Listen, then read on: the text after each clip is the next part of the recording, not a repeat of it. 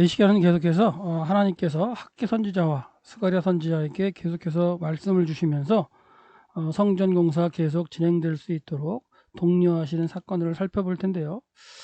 우리가 이제 앞에서 이제 그 다리오 2년 6월 24일 날 성전이 공사가 시작된 거 우리가 이제 생각해 봤고요. 그게 성전이 공사가 시작돼서 이제 진행되는 가운데 7월 21일 날, 7월 21일 날, 27일 만에 또한 학개 선지자에게 이제 두 번째 이제 그 메시지를 주셨던 거 또 살펴봤죠. 그리고 이제 그 학개 선지자가 아니라 스가랴 선지자에게 8월 1일 날 말씀을 주시면서 아직까지 참여하지 않고 있는 백성에게 회개하라는 그런 말씀을 갖다가 주시는 과정을 살펴봤고요. 그리고 오늘은 이제 그 학개 선지자를 통해서 이제 그 세 번째, 여기 스가랴 선지자, 학개 선지자인데요. 학개 선지자를 통해서 이제 세 번째 말씀을 하시는 그런 사건을 우리가 이제 살펴보도록 하겠습니다.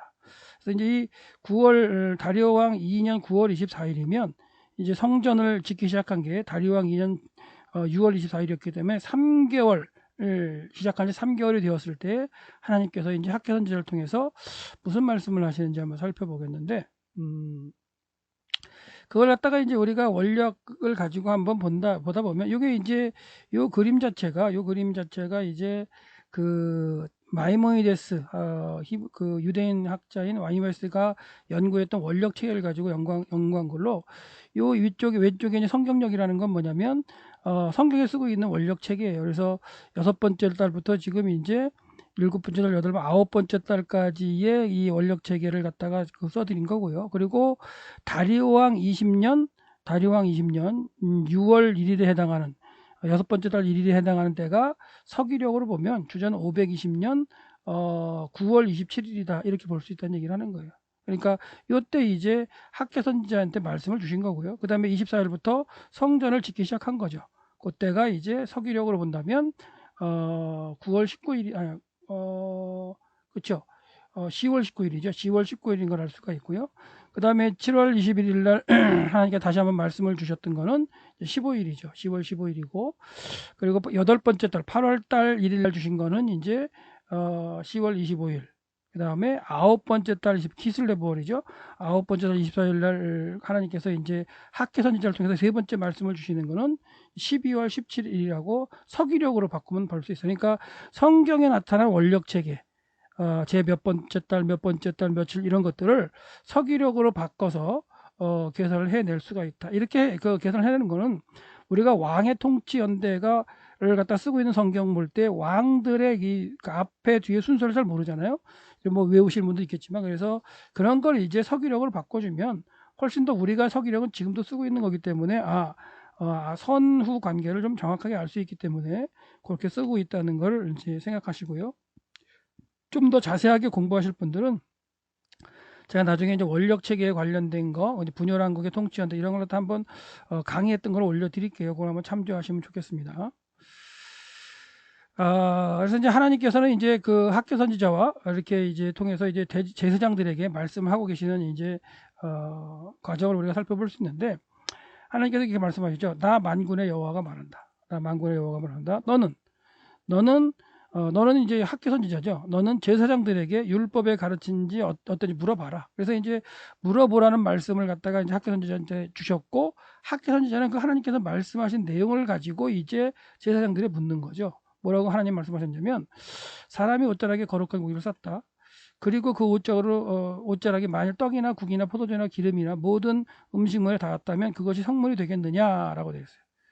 그러니까 이제 옷자락에 닿았을 때에 이제 거룩한 고기를 쌌는데, 그 옷자락이 부정해지면 그 옷자락이 싸고 있는 거룩한 고기도 부정하다는 얘기는 거예요. 그래서 아닙니다. 성물이 아닙니다라는 얘기를 했죠. 그러니까 하나님이 말씀하신 걸 다시 또 이제 학개 선지자가 이제 제사장들에게 말하는 상황인데, 또 학개 선지자가 또 이제 하나님의 말씀을 전하죠. 시체를 만져서 부정하여진 자가 만일 그것들 가운데 하나를 만지면 부정하겠느냐? 당연히 시체를 만진 사람은 부정하기 때문에 그 부정한 것을 만진 사람이 또한 거룩한 고기를 싸는 옷자를 또 만지면, 또 국물에 닿으면, 포도주에 닿으면, 기름 닿으면 이렇게 되면 그것도 또한 부정해집니다라는 얘기를 하고 있거죠. 그러니까 부정한 건 이렇게 계속 전염이 되는 거예요. 네. 그때 하나님께서 이제 말씀하실 때 뭐라고 말씀하셨냐면 내 백성이 내 배 앞에서 내 백성이 그렇게 부정하다는 얘기를 하고 있는 거죠. 그리고 이 나라가 그러하다. 여호와의 말씀이라 네움 아도나이 이렇게 선언하셨고요. 그리고 그들의 손의 모든 일이 그러하다. 그리고 강조를 하셔서 그들이 거기에서 드리는 것들이 이제 부정하다라고 해서 학개 선지자는 하나님의 말씀을 제사장들에게 가르치면서 던지면서 묻는 과정인데, 이렇게 부정과 거룩에 대한 관련, 그리고 지금 이스라엘 백성들의 성전에 나와서 행하고 있는 그런 모습들, 내지는 또 제사장들의 그 상황을 좀 설명하고 계시죠.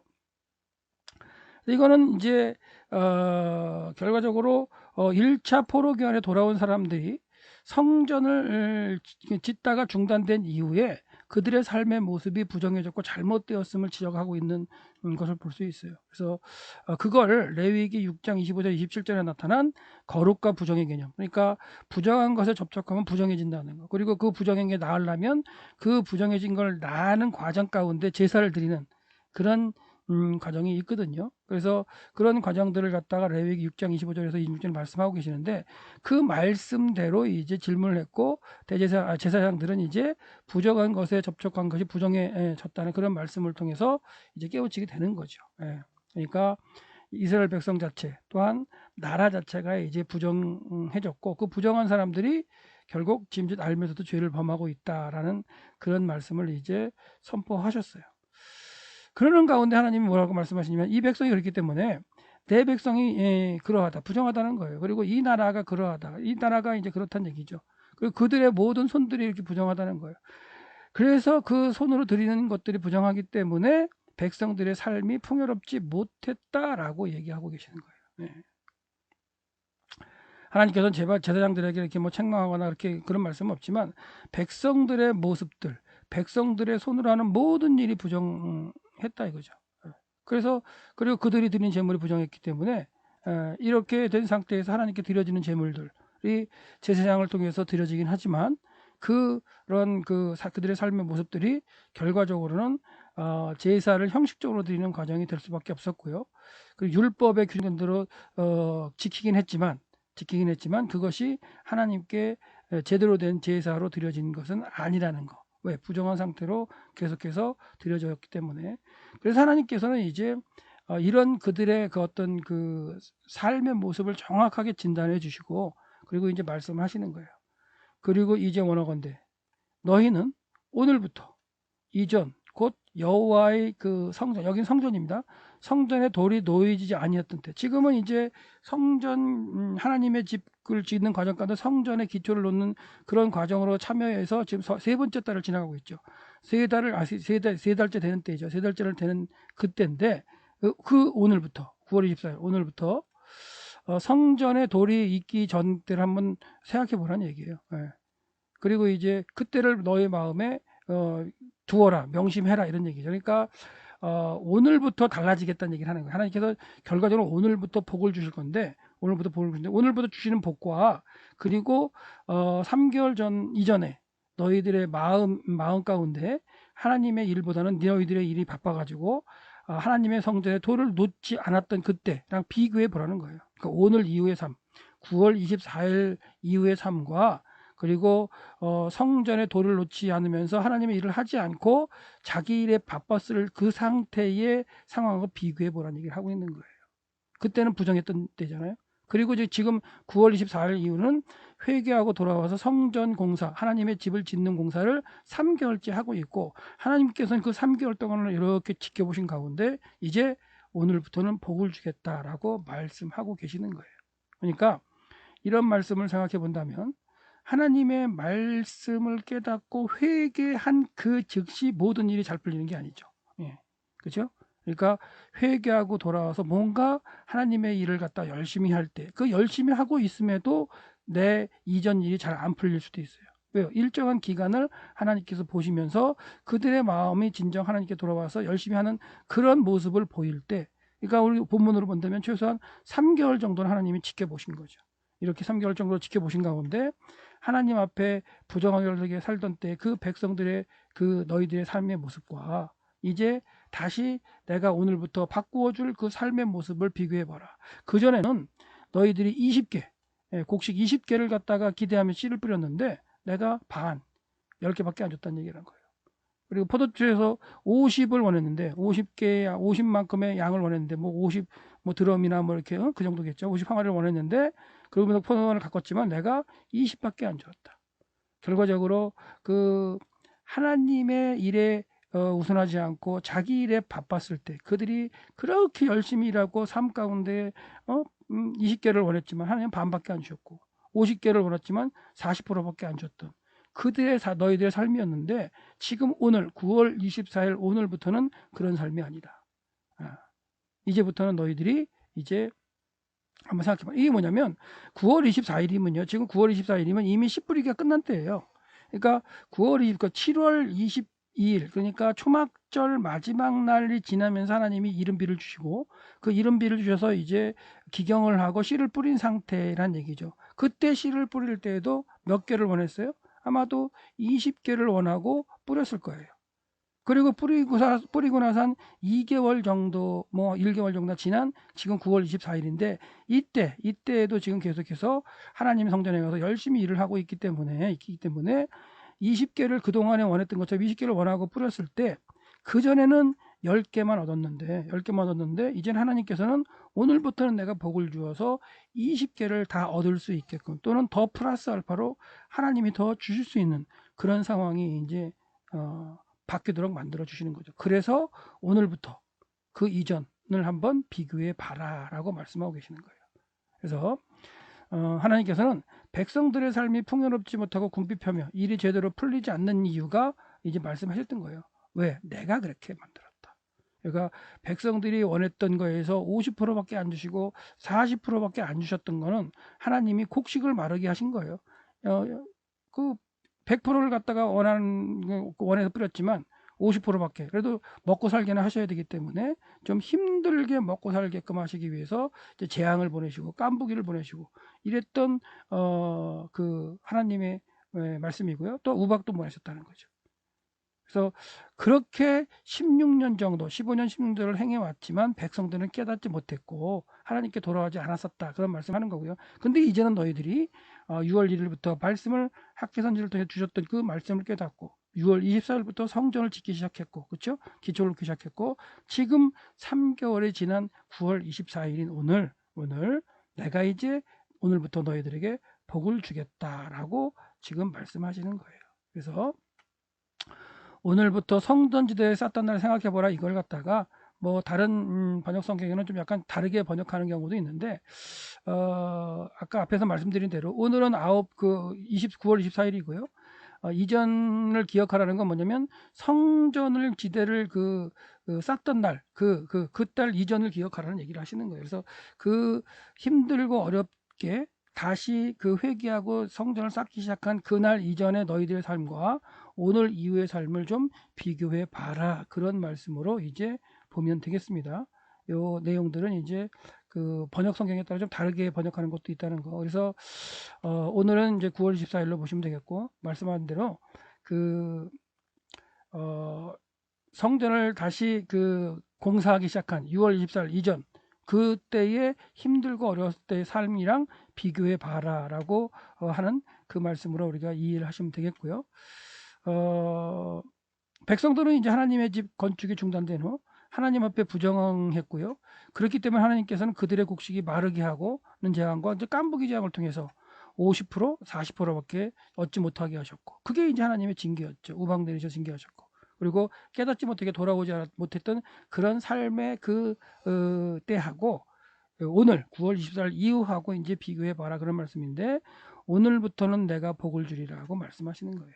그러니까 하나님은 앞에 이제 너희들이 이제 잘못했던 걸 생각하고 9월 24일부터 이전을 비교해 보라고 말씀하시면서 곡식 종자가 아직도 창고에 있느냐? 창고에 지금 없죠. 지금 없다고 하면 이제 그 전해에 이제 농사를 지어 가지고 이제 50%밖에 안 얻었어요. 50%를 갖다가 이제 해서 창고에 넣어놨지만 그걸 갖다 먹으면서 했을 때 창고에 이렇게 많이 있지 못하지요, 사실. 그리고 포도나무, 무화과, 석류, 감람, 올리브 열매가 생산하지 못했다. 그만큼 40%밖에 안 주셨으니까. 그렇죠? 그렇기 때문에 그들의 곡식 창고나 그 열매 창고에는 아주 소량의 그냥 겨우겨우 먹고 살 만큼의 식량밖에는 없었음을 이제 알 수 있는데, 하나님께서 뭐라고 말씀하시면 오늘 9월 24일 이때면은 어떻게 보면 차고 넘쳤어야 되는 거죠. 왜? 추수하는 게 기간 지났고 7월 달도 이제 다 그 열매를 걷어가지고 수장하고 지키는 게 초막절이잖아요. 수장절, 초막절.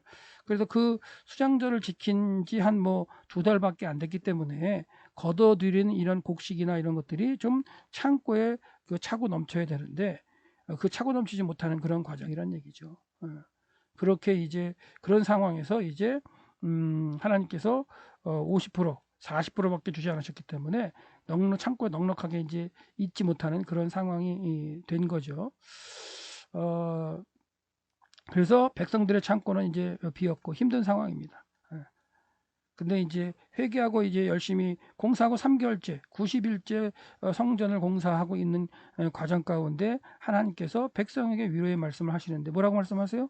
그러나 오늘부터는 내가 너희에게 복을 주리라 이렇게 말씀하시죠. 이 복을 주리라 이거는 이제 피해령이기 때문에 이제 진하게 이제 되어 있죠, 여러분. 그다음에 이것도 이제 그 빨간색으로 이제 표현을 했어야 정상이죠. 복을 주리라 이게 피해령이에요. 피해령이고 강조형이에요. 그러니까 그리고 주리라는 것도 이제 이것도 미완료형으로 되어 있어가지고 이 복을 주는 이것이 계속 되는 상황일 것을 지금 하나님께서 이제 말씀하고 계시는 거죠. 그래서 하나님께서는 성전 공사 재개한 지 90일째 되는 때까지 지켜보신 걸 알 수가 있겠죠. 예. 그러니까 아까도 말씀드렸지만 내가 뭔가 잘못을 회개를 하고 하나님 앞으로 돌아왔을 때 그 돌아온 그 마음을 먹는 순간 문제가 풀릴 수 있겠지만 이렇게 어느 정도 일정한 기간 동안에 하나님께서 이렇게 보시고 그 백성들을 아니면 나의 신앙의 삶을 보신 다음에 그 안 풀렸던 문제를 해결해 주시는 그런 과정일 수 있다는 걸 우리가 생각해 보고 회개했는데 왜 이게 안 되지? 이런 생각을 하지 마시고 그 일정 기간 동안에 하나님의 일을 좀 더 열심히 할 때 하나님의 위로는 분명하게 우리에게 주어진다는 것을 깨닫고 회개를 한 이후에 돌아온 상황에서 힘들고 어려운 그 과정을 이겨내야 하나님께서 주시는 복을 누릴 수 있다는 걸 생각하시기 바랍니다. 그 다음에 이제 학기선제 이제 네 번째 계시가 임하는데요.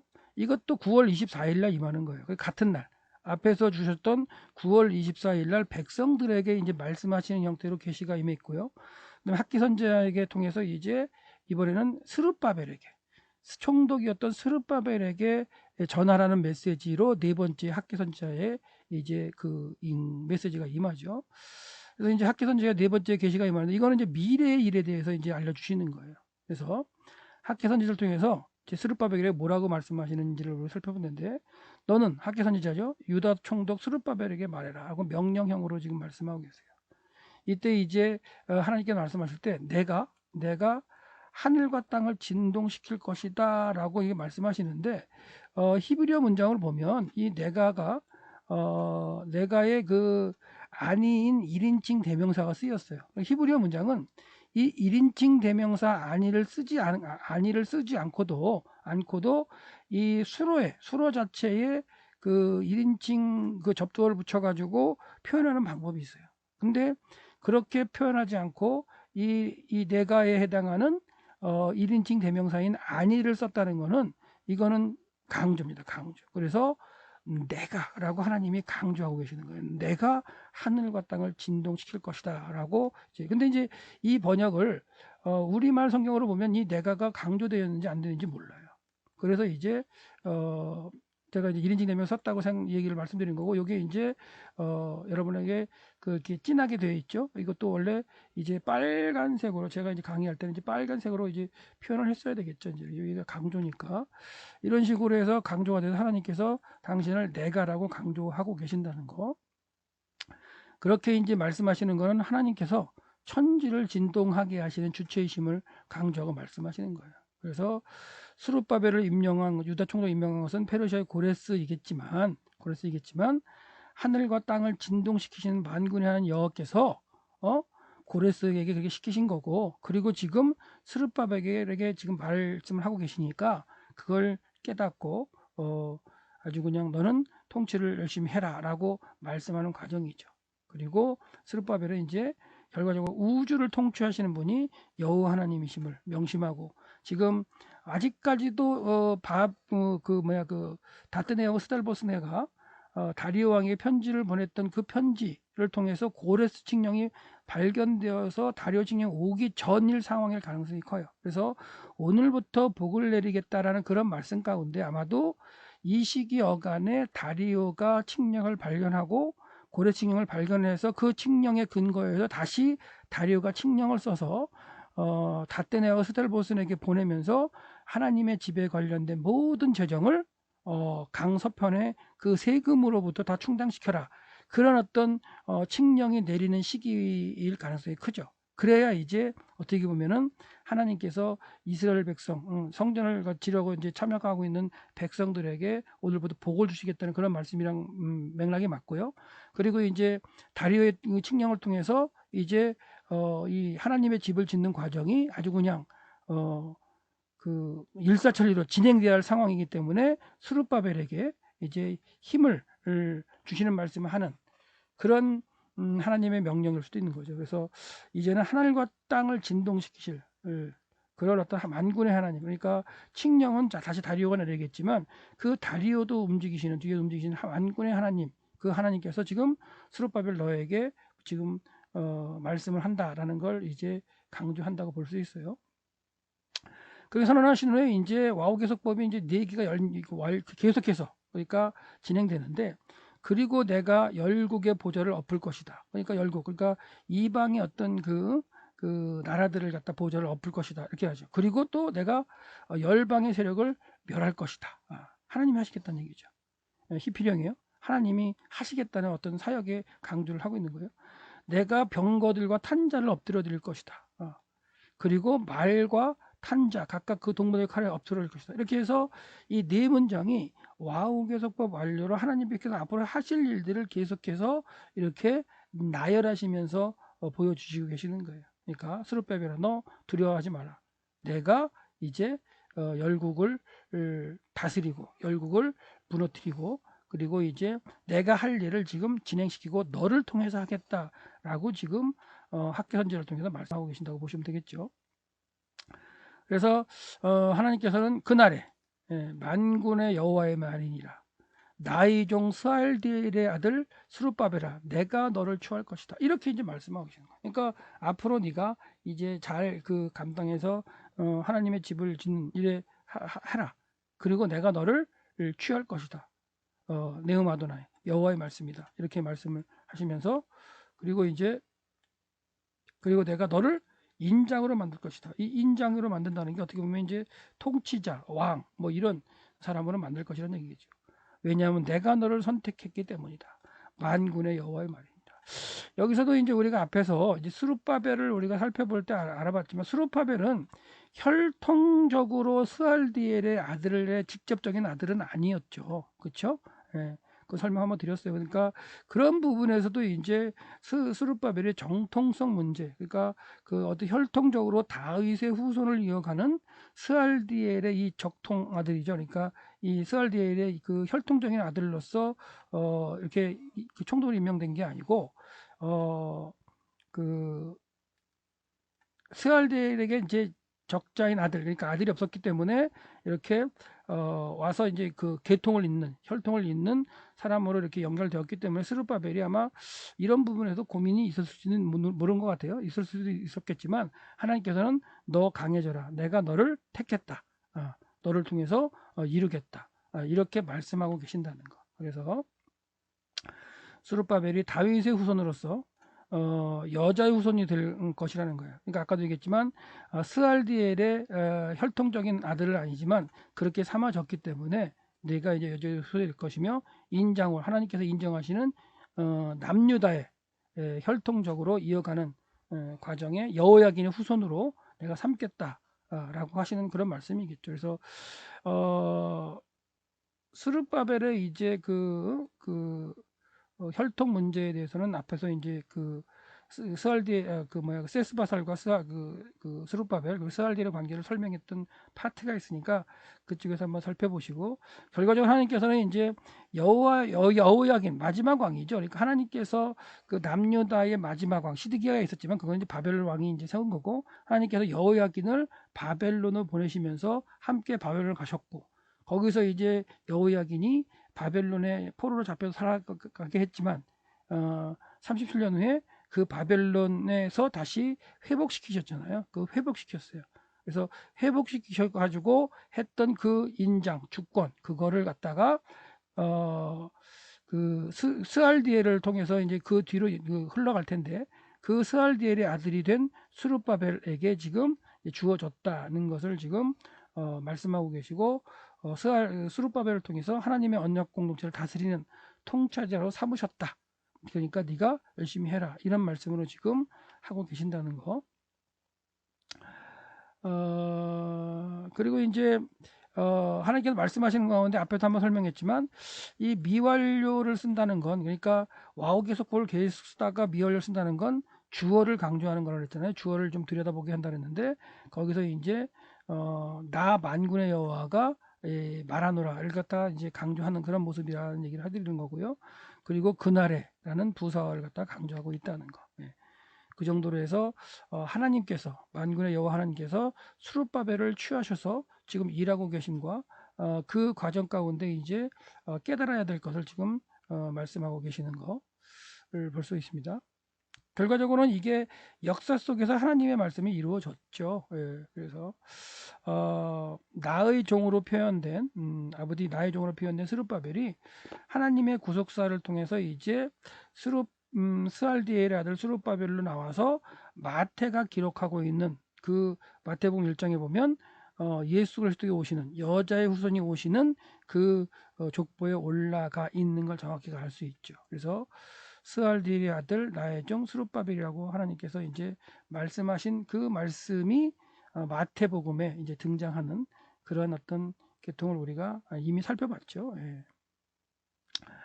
그 과정은 됐고요. 그래서 예수님께서 스룹바벨로 이어지는 가문으로 아브라함과 다윗의 혈통으로 올라오셨다라는 게 이제 그 마태복음 1장 12절부터 16절까지 있음을 알 수 있습니다. 마태복음 1장 12절을 보면 바벨론으로 끌려갔던 여호야긴은 스알디엘을 바벨론에 낳았죠. 그리고 그 스알디엘이 아들이 없었어요. 그래서 아들이 없었는 과정 가운데 스룹바벨이 이제 그 아들을 갖다가 이제 로서 이렇게 이어가는, 그걸 이제 낳았다는 표현으로 쓴 거고요. 그런 과정 가운데는 이제 마태가 그 스룹바벨로 혈통이 이어진 그런 모습으로 기록하고 있다는 거. 그렇게 되겠고, 그다음에 이제 이 스룹바벨이 이제 스알디엘 스룹바벨이 결과적으로는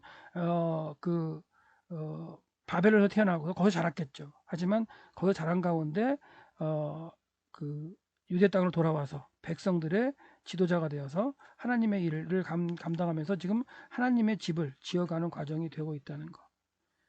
그런 가운데 하나님께서 인정 반지로 삼으신다는 건 그 혈통, 스룹바벨의 혈통으로서 그 여자의 후손을 이어가시는 하나님의 그 계획을 나타내는 거라고 충분히 볼 수 있고, 그것은 이제 이루어졌다는 거죠. 마태복음 1장을 본다면. 그래서 1장 12절에 이제 아까도 읽었지만 여고냐는 여호야긴이죠. 스알디엘을 낳고 스알디엘은 스룹바벨을 갖다가 낳았다. 결과적으로 쭉 가면 야곱은 마리아의 남편 요셉을 낳았다. 이게 지금 계속 이어지는 혈통이죠. 그리고 마리아에게서 예수가 나셨다라고 이제 언급이 됩니다. 그래서 이제 우리가 그 학계 선지자에게 임했던 9월 24일을 임했던 두 개의 말씀을 우리가 살펴봤고, 그 이제 또 이제 스가랴 선지자에게 이제 두 번째 계시가 임하는데, 이 두 번째 계시가 임하는 거는 이제 또 우리가 다리오 왕 때 2년이기 요보다 얼마 차이 안 나기 때문에 계속 한번 살펴볼 텐데, 학계 선지자에게는 이제 임했던 그 말씀은 끝났어요. 그래서 이제 네 번, 그러니까 6월 1일 날, 그 다음에 7월 21일, 9월 24일 두 번에서 네 번 말씀을 주셨고, 스가랴 선지자에게는 8월 1일 날 말씀을 주셨고, 이거 요번에 살펴볼 게 이제 두 번째 계시가 임하는 사건인데, 요게 다리오 2년 11월 24일 날 주신 거예요. 그러니까 오늘부터 복을 주리라고 하셨던 그 학계 선지자에게 말씀 주셨던 그 9월 24일부터 2개월 후에 또 이제 하나님께서 스가랴 선지자를 통해서 스가랴를 통해서는 두 번째 계시를 주시는 거죠. 전체로 합친다면 여섯 번째 계시가 되는 거지만 스가랴 선지자를 볼 때 두 번째 계시. 그러니까 스가랴 선지자는 8월 1일 날 하나님의 말씀을 받아서 선포를 했고 두 번째는 11월 24일 날 이제 선포하는 과정이 되겠죠. 그래서 성전이 재건되기 시작한 149일째 정도 되었을 때 149일째면 뭐예요? 5개월이죠. 5개월. 그러니까 6월 24일 날 시작됐으니까 11월 24일이면 6개월 정도 지났을 경우에 그리고 이제 이때쯤이면 다리오의 칙령이 도착해서 아마도 성전 건축이 아마 이렇게 아주 그냥 그 일사천리로 진행되는 그런 과정일 가능성도 있는데 하여튼간 이때에 하나님께서는 이제 8가지 환상을 보여주세요. 8가지. 그러니까 이거는 뭐 백성들의 어떤 그 삶의 그 삶이나 성전 건축에 대해서 그 말씀하시는 그런 말씀이기보다도 이 예루살렘의 그 성전 하나님의 집이 지어지는 과정 가운데 8가지 환상을 보여주고 계신다는 거 그걸 이제 우리가 생각해 볼 수 있는데 여기서 잠깐 보시면 요 위에 요 그 도표로서의 그 여기 지금 요 14일 동그랗게 빨갛게 되는 요 부분은 이 도표는 마이모니데스 그러니까 그 유대인 학자 마이모니데스가 연구한 그 도표로서 보여드리는 거고 이 밑에 이런 형태는 뭐냐면 바벨론 연대기에 있는 그 연구 자료를 가지고 한 거예요. 그러니까 이 그 바벨론 연대기를 연구한 분하고 이 유대인 학자인 그 마이모니데스하고는 한 이틀 정도가 차이가 나요. 그거는 이제 그 아마도 그 히브리 원력체의 계산 방법이나 바벨론의 원력체의 계산 방법이 약간 다를 수도 있기 때문에 그럴 수 있는데 여기 형태가 등장하기 때문에 보여드리면 다리우스 3년을 보시면 바벨론 연대기 같은 경우에는 이 6번째 달 말에 뭐가 돼요? 두 번째, 6번째 발도 들어가죠. 이렇게. 그러니까 히브리인들의 원력 체계를 보면 윤달을 12번째 달에 넣어요. 12번째. 근데 이 그 바벨론 연대기의 그 연대 같은 경우는 7번째에 넣기도 하고 그다음에 또 12번째 달에 넣기도 하고 이렇게 이제 그들의 넣는 방법이 다르기 때문에 날짜가 약간씩 다를 수도 있어요. 네, 날짜가. 그래서 날짜가 다를 수 있다는 걸 생각하시면서 그거는 이제 지금 보시면 어떤 차이가 나냐면 이걸 연대로 따지면 주전 마이모니데스 연대로 따지면 주전 519년 2월 14일이죠. 그렇죠?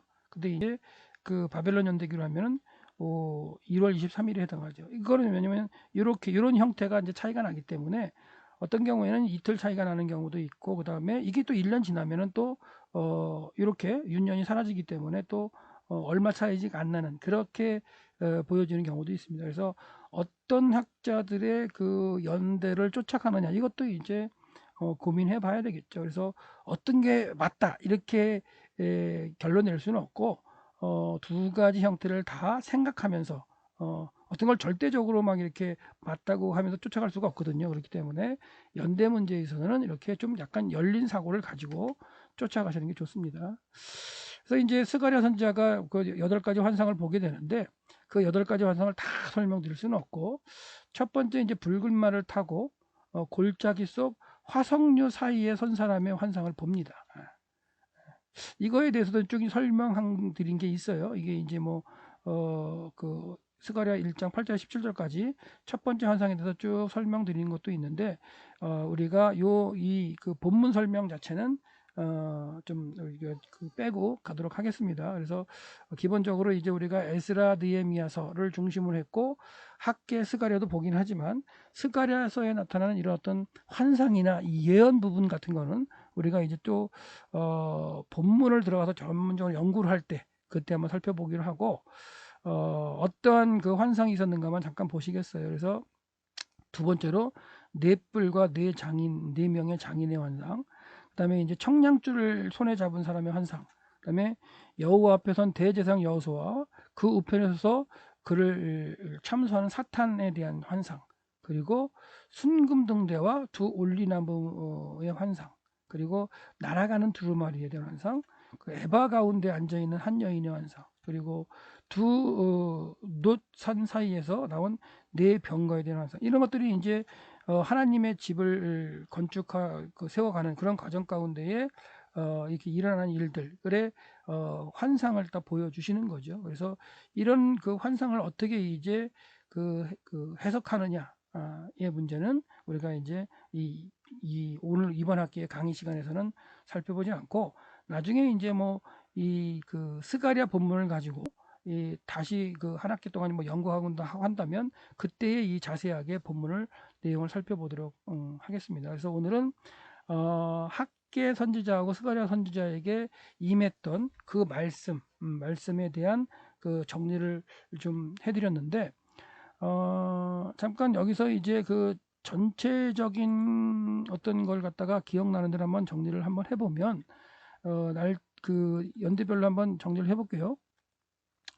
무슨 말이냐면, 우리가 제일 먼저 그 학계 선지자에게 하나님께서 말씀이 임한 게 이제 다리오 2년이죠. 우리 이제 다리오 2년이고 다 다리오 2년 때 일이니까 6월 1일 날, 그렇죠? 1일 날 하나님께서 학계 선지자에게 첫 번째 환상이 임했던 거. 그래서 16년 동안 중단되었던 성전을 갖다 재개하라는 그런 말씀. 왜 성전을 갖다가 성전이 왜 짓지 않게 되는 가운데 백성들이 왜 힘들게 사는지에 대한 말씀을 하시면서 지혜라는 말씀하셨고, 그리고 이제 6월 24일 날, 그렇죠? 24일에 성전 재건이 재개가 됐죠. 그리고 재개가 돼서 이제 진행되는 가운데 7월 21일 날 이제 학계 선지자에게 두 번째 이제 말씀이 임했고, 그 다음에 학계 선지자와는 다르게 이제 8월, 그렇죠? 8월 1일 날 스가랴 선지자에게 첫 번째 이제 말씀이 임한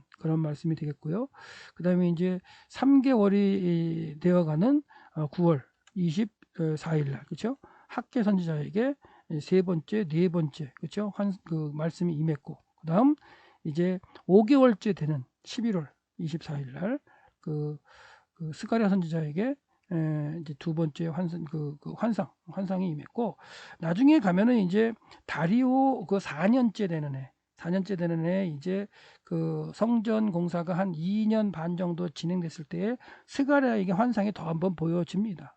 그건 그때가 다시 한번 또 우리가 언급을 해드릴 텐데, 성전을 그 짓겠다고 이제 재개한 이후에 하나님께서 네 번에 걸쳐서 그 사이죠. 그러니까 여기까지 지금 네 번이고 한 번 더 하면 이제 5번이지만 그 다리오 2년째 되는 해 이렇게 네 번씩이나 학계 선지하고 스가랴 선지를 통해서 계속해서 5번이죠. 9월 14일 날 두 번 걸로 본다면, 그래서 지도자인 스룹바벨 그리고 백성들을 독려하시면서 하나님의 집을 완성할 수 있도록, 지어져 갈 수 있도록 독려하시는 모습을 우리가 살펴보았습니다. 그리고 이제 다음 시간에는 이제 다시 에스라 5장으로 가서 이제